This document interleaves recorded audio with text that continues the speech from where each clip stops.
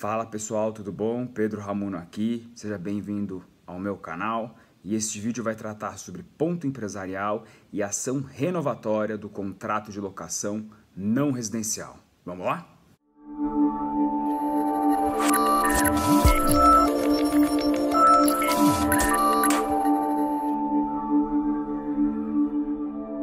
O ponto empresarial nada mais é do que o local onde o empresário exerce atividade empresarial. O ponto ele é considerado um bem incorpóreo, intangível ou imaterial, que é atrelado, por sua vez, a um outro bem, que é um bem imóvel. O empresário, quando ele começa a desenvolver atividade em um determinado local, ele agrega valor a esse local. Ele faz com que a clientela se identifique com aquela localidade e busque o empresário em razão de todo o desenvolvimento que ele faz com o local. Então o ponto acaba sendo um ativo super valioso, que integra e reflete o aviamento, ele integra o estabelecimento e ele também reflete o valor do aviamento, que é o potencial de lucratividade. Então o ponto empresarial ele é um bem incorpóreo que ele está atrelado a outro bem, um bem corpóreo, que é o bem imóvel no qual a atividade empresarial é desenvolvida. Se a gente for pensar assim, para ficar um pouco mais claro, ou nada claro, seria a gente pensar que o ponto empresarial é como se fosse o que? Mais de 8 mil! É como se fosse algo inerente à pessoa, inerente a outra entidade, inerente ao bem imóvel e que acompanha esse bem imóvel. Porém, não se confunde com ele. Então, o ponto empresarial é justamente o local onde é explorado que não se confunde para fins de tutela jurídica com o bem imóvel objeto de uma locação, por exemplo. Se o ponto empresarial e o bem imóvel são da mesma pessoa, ou seja, do empresário que explora a atividade empresarial, eu não tenho nenhum tipo de problema, porque, obviamente, tudo que vai ser relacionado à atividade empresarial, o desenvolvimento do ponto, vai estar acompanhando o bem imóvel. A grande discussão que a gente vai ter é quando o titular do ponto, ou seja, o empresário, ele não se confunde com aquele que é o proprietário, o dono do bem imóvel onde a atividade empresarial é desenvolvida. Pensem só para ficar bem claro a situação de um empresário que locou um determinado imóvel para desenvolver atividade empresarial. Para deixar bem simples, pensa que é uma padaria, uma pequena quermesse, uma mercenaria, que ele desenvolve a atividade empresarial dele, o proprietário do imóvel começa a ver que está cada vez juntando mais clientela, dando mais certo a atividade e pensa, como qualquer pessoa que pode ser um oportunista ou uma pessoa que observa uma oportunidade interessante de empreendimento. Vai lá, reflete, olha, poxa, está dando certo a atividade dele de padaria no meu imóvel, vou pegar o imóvel para mim e vou começar eu a desenvolver a atividade de padaria.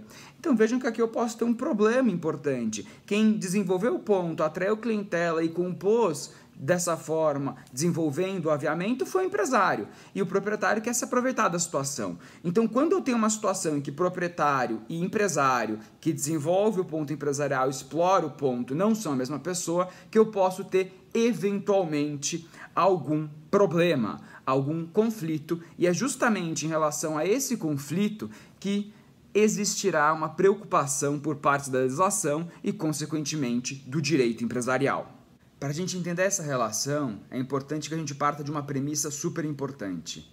Explorar o ponto empresarial, o local da realização da atividade empresarial é uma coisa. Outra coisa, completamente diferente, é ter direito de inerência ao ponto, direito ao ponto empresarial. Então, nem todo empresário tem direito ao ponto, embora todo empresário explore o ponto empresarial. Para que o empresário ele tenha direito ao ponto empresarial, o chamado direito de inerência ao ponto empresarial, é necessário que alguns requisitos sejam cumpridos. Então, em primeiro lugar, a gente está tratando aqui de um empresário que celebrou um contrato de locação não residencial com o proprietário do imóvel, ou seja, é necessário que eu tenha um contrato de locação que não tenha finalidade residencial, para finalidade empresarial ou comercial. Tendo isso e o contrato preenchendo alguns requisitos, o empresário ele vai ter direito ao ponto empresarial. E quais são esses requisitos? O primeiro requisito é o chamado de requisito formal. O contrato de locação ele deve ser por escrito e a prazo, ou tempo determinado. E aqui é importante lembrar que prazo determinado é uma tautologia, é que nem falar subir para cima. Contrato por escrito e a prazo ou com tempo determinado. O segundo requisito ele é chamado de requisito temporal. O prazo do contrato deve ser de ao menos 5 anos.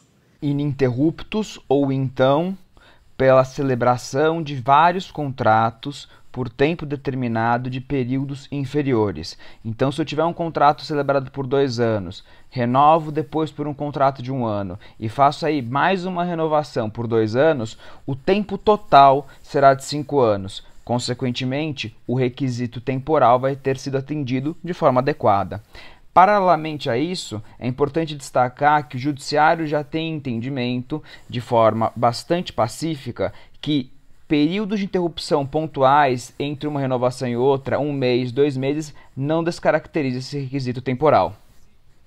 O terceiro requisito é chamado de requisito material. O empresário deve exercer a mesma atividade naquele local há pelo menos 3 anos. Requisitos, então, formal, temporal e material. E é importante destacar que esses requisitos estão previstos na legislação, no artigo 51 da Lei de Locações ou Lei do Inquilinato, que é a Lei 8245 de 91. Então, o empresário que possui um contrato de locação com o preenchimento desses 3 requisitos, ele tem, consequentemente, o direito de inerência ao ponto empresarial. Então, ele acaba tendo uma locação mais importante, uma locação com maior proteção. Justamente por isso, quando um cliente ou algum empresário vai celebrar um contrato de locação, uma preocupação muito grande da advocacia é com o prazo do contrato, é com o tempo que a gente vai ter, é com esses requisitos para dar direito ao empresário ao ponto empresarial. Que é aquela coisa, às vezes vai fazer um contrato que vai custar, que vai pagar um determinado valor durante 30 meses. Eventualmente, se ele fizer um contrato que seja por 5 anos, por 60 meses, ele vai ter maior proteção. Não à toa, é comum no mercado que quando a gente tem um contrato por escrito, por tempo determinado, com prazo de 5 anos, que sejam cobradas luvas, porque esse contrato vai dar direito ao ponto empresarial, vai conceder ao empresário, ao locatário, o direito de inerência ao ponto. Então eu estou acrescentando, vamos colocar assim, um ativo no meu contrato. E isso é algo super importante para o desenvolvimento da atividade empresarial. Diante dessas considerações, então, como que o empresário que tem direito ao ponto empresarial faz valer esse direito? Preenchidos os requisitos para a locação que dá direito ao ponto, o empresário ele tem a possibilidade, a prerrogativa de se valer da ação renovatória do contrato de locação empresarial ou então da ação de renovação compulsória do contrato de locação não residencial. Qualquer variação do nome não altera, é claro, o conteúdo. A ação renovatória, então, nada mais é do que a forma de um empresário fazer valer o direito de inerência ao ponto empresarial. O empresário locatário consegue, de forma compulsória, fazer com que o locador renove a locação, renove o contrato de locação. E aqui é muito importante, porque é a forma que o empresário tem de garantir a sua permanência naquele local, no ponto. Então, se você costuma ver um empresário ou uma sociedade empresária que fica de forma recorrente naquele espaço, um espaço que está cada vez mais valorizado, que você olha o título de estabelecimento e não sabe do que está acontecendo, você fala, meu Deus, por que é isso? Como que esse empresário continua aqui? E aqui detalhe, tem vários exemplos importantes que a gente poderia utilizar, que por uma questão de compliance é melhor não colocar, ou mesmo de censura, porque o canal mal começou e é bem capaz de ele ser censurado se a gente começar a falar algumas verdades. Existem alguns empresários que não tinham por que estar naquele local. A lista é longa. E a ideia seria, então, entender que esse empresário provavelmente ele se utiliza da ação renovatória para permanecer no local. Então a gente vai ter vários requisitos e várias questões importantes sobre a ação renovatória que são interessantes de serem analisadas por meio de um estudo um pouquinho mais aprofundado. E são justamente esses requisitos e esses apontamentos que a gente vai enfrentar a partir de agora. O primeiro ponto é o prazo para propositura da ação. O prazo que o empresário tem para ingressar com a ação. O artigo 51, parágrafo 5º, estipula que o empresário, o locatário, deve propor a ação renovatória entre 1 ano e 6 meses para o término da locação. Locação, é claro, que parte da premissa que preenche os requisitos que a gente já discutiu. Então, se eu celebrar um contrato por 5 anos... Vamos supor que eu passei já 4 anos, eu estou no 4º ano de contrato. Eu vou ter entre o 4º ano, o início do 4º ano, e até a metade desse ano. 4 anos e meio, 1 ano e 6 meses para o término do contrato, para o 5º ano. Importante também destacar que esse é um prazo decadencial, não prescricional. Decadencial porque o desrespeito a esse prazo ataca justamente o direito ao ponto. O empresário, o locatário, ele vai decair do seu direito de inerência ao ponto empresarial. Então, a pior coisa que um advogado empresarial que trabalha, por exemplo, com locação de shopping center, que atua com locação empresarial, é perder esse prazo. É tão prejudicial e tão grave quanto o advogado que trabalha normalmente com contencioso perdeu o prazo para apresentação de uma defesa. É algo super importante. E mais, pensa só no aspecto econômico disso. O empresário muito provavelmente ele pagou luvas para estar lá. E aí, por perda de prazo, o dinheiro que ele pagou para ter direito ao ponto se perdeu. Então é bem relevante levar isso em consideração para não ter um prejuízo. Então, o primeiro aspecto importante é sobre o prazo decadencial para a propositura da ação renovatória.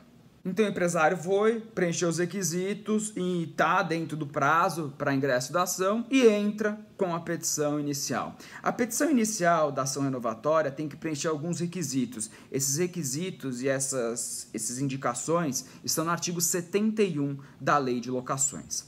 A primeira coisa que o locatário vai ter que fazer é comprovar que ele preenche com os requisitos que lhe dão direito ao ponto, aqueles requisitos do artigo 51 que a gente já conversou. O segundo requisito da inicial, o segundo item que é essencial para uma ação renovatória, o empresário, locatário, vai ter que comprovar que ele cumpriu de forma integral o contrato de locação, que ele adimpliu tempestivamente os aluguéis, se ele tinha que pagar condomínio que ele pagou, se ele tinha que pagar IPTU que ele pagou, se ele tinha que pagar algum fundo de reserva que ele pagou, se ele tinha que eventualmente contratar seguro de incêndio que ele contratou, se ele tinha que fazer alguma reforma estipulada em contrato que ele realizou essa reforma, dentre todas as outras determinações do contrato. Então acaba sendo uma petição inicial bastante trabalhada, bastante trabalhosa, apesar de simples, porque eu vou ter que comprovar que cada um dos requisitos e cada um dos itens do meu contrato de locação foi regularmente cumprido.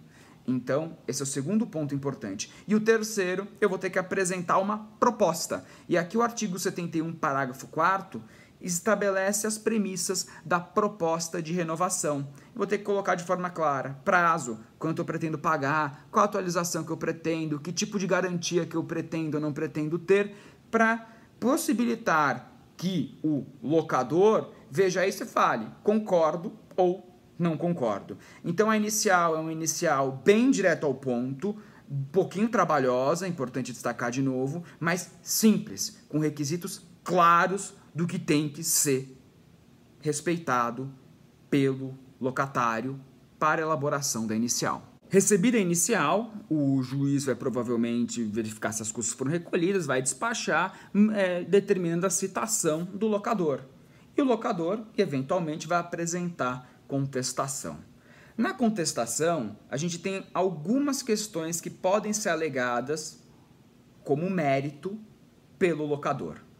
A primeira coisa que pode ser alegada pelo locador é que o empresário, o locatário, não tem direito ao ponto. Então, o primeiro item que vai ser interessado é que, eventualmente, os artigos, os requisitos do artigo 51, incisos 1, 2 e 3, não estão sendo preenchidos de forma adequada. Requisito formal, temporal e material, o que faria com que o empresário não tivesse direito de inerência ao ponto. Em segundo lugar, o locador ele pode alegar que o contrato não vinha sendo cumprido de forma íntegra, de forma adequada. Havia atrasos, havia parcelas em aberto, o IPTU que deveria ter sido pago não foi pago, o condomínio ou o fundo de reserva não tinha sido pago de forma adequada. Então eu tenho algum requisito do contrato, alguma determinação do contrato que não foi cumprida de forma adequada. Em terceiro lugar, e aqui é muito importante, o locador ele pode alegar as chamadas exceções de retomada. As exceções de retomada, exceção aqui significa defesa, são os argumentos que o locador pode utilizar para retomar o ponto, retomar o imóvel para si.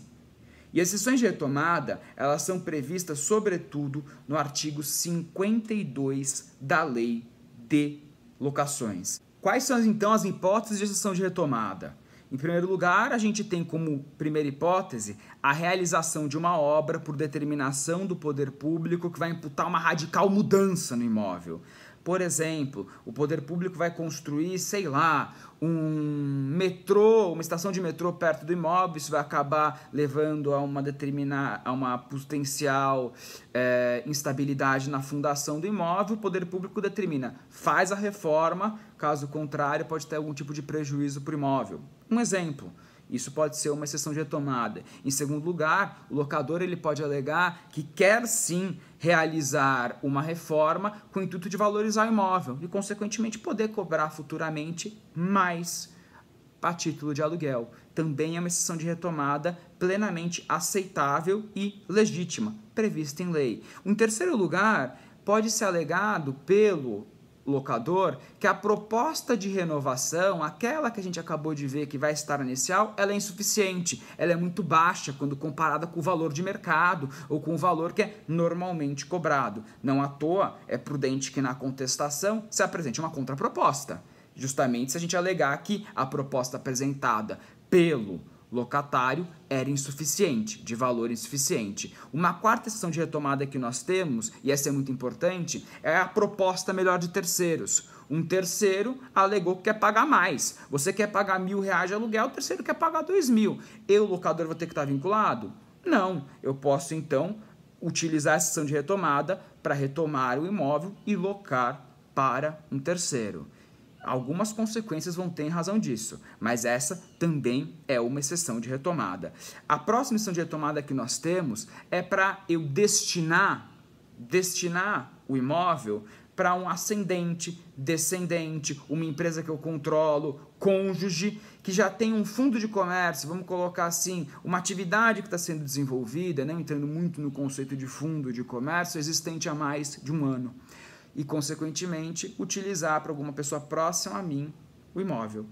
E tem aqui um item que não necessariamente ele é expresso, mas ele está embutido em tudo isso, que é o famoso para uso próprio.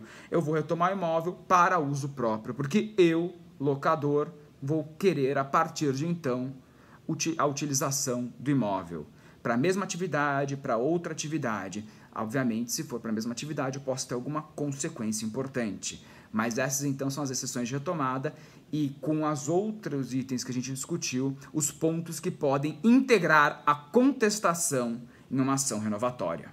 E, paralelamente, a gente não pode esquecer que, não a título de mérito, mas a título de preliminar, eu posso sempre alegar em contestação que o prazo decadencial, aquele de 1 ano a 6 meses para o término do contrato de locação, que ele decaiu. Então, sempre vai ser possível alegar decadência, que também é um item super importante para uma defesa em uma renovatória. O último ponto para ser enfrentado referente à renovatória é em relação ao dever de o locador, em determinados cenários, indenizar o locatário pelo ponto empresarial. A ideia aqui é que o locatário, o empresário, tinha direito ao ponto, cumpria com os requisitos, propôs a ação renovatória, porém houve uma exceção de retomada que foi aceita e, consequentemente, o imóvel e o ponto junto dele retorna ao locador.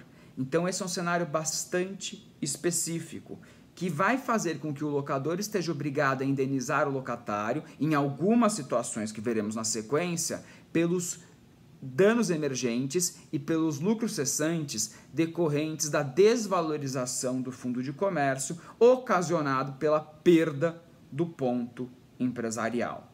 Quais cenários, então, são esses que geram o dever de indenização? E aqui a gente está falando principalmente do artigo 52, parágrafo 3º da Lei de Locações. O primeiro cenário que a gente vai ter é na hipótese de o locador ter alegado como exceção de retomada uma proposta melhor de terceiro. Nesse cenário, deve o ponto ser indenizado.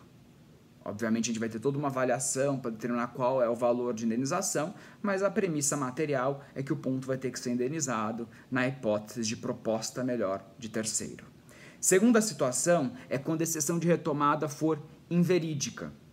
Eu aleguei uma exceção de retomada que eu ia utilizar para meu imóvel e não utilizei. E aqui o critério é, se você alegou, por exemplo, que ia fazer uma reforma, que utilizar para uso próprio, que ia destinar um fundo de comércio, um estabelecimento, uma atividade empresarial no geral, de cônjuge ascendente, descendente ou de sociedade controlada, e não fez nenhuma dessas coisas por 3 meses, contado da determinação de retomada do imóvel, de retomada do local de realização de atividade empresarial, é considerado que você utilizou uma alegação inverídica e, consequentemente, deve realizar o pagamento da indenização pelo ponto. E aqui é importante, sempre que o uso próprio do imóvel for destinado para a mesma atividade, ou então o cônjuge, ascendente, descendente, sociedade controlada, realizar a mesma atividade que era outrora realizada pelo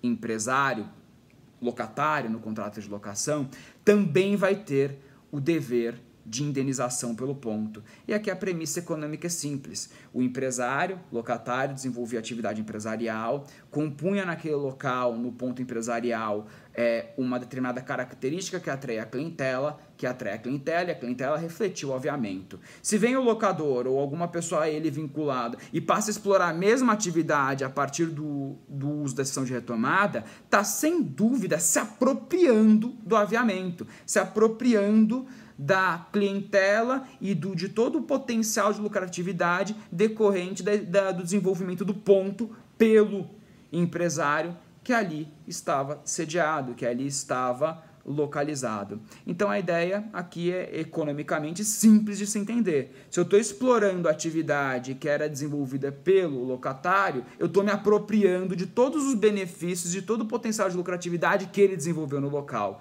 Nada mais justo, então, que haja o dever de indenizar pelo ponto empresarial. Então esses são os cenários de indenização pelo ponto empresarial. Então é isso, pessoal, espero que vocês tenham gostado do vídeo. Não deixem de se inscrever no canal, curtir o vídeo, também aproveitar os outros vídeos e conteúdos que estão no canal, que são relacionados a direito empresarial e outras temáticas. E nos vemos nos próximos vídeos e nas próximas discussões. Saudações comercialistas e até lá!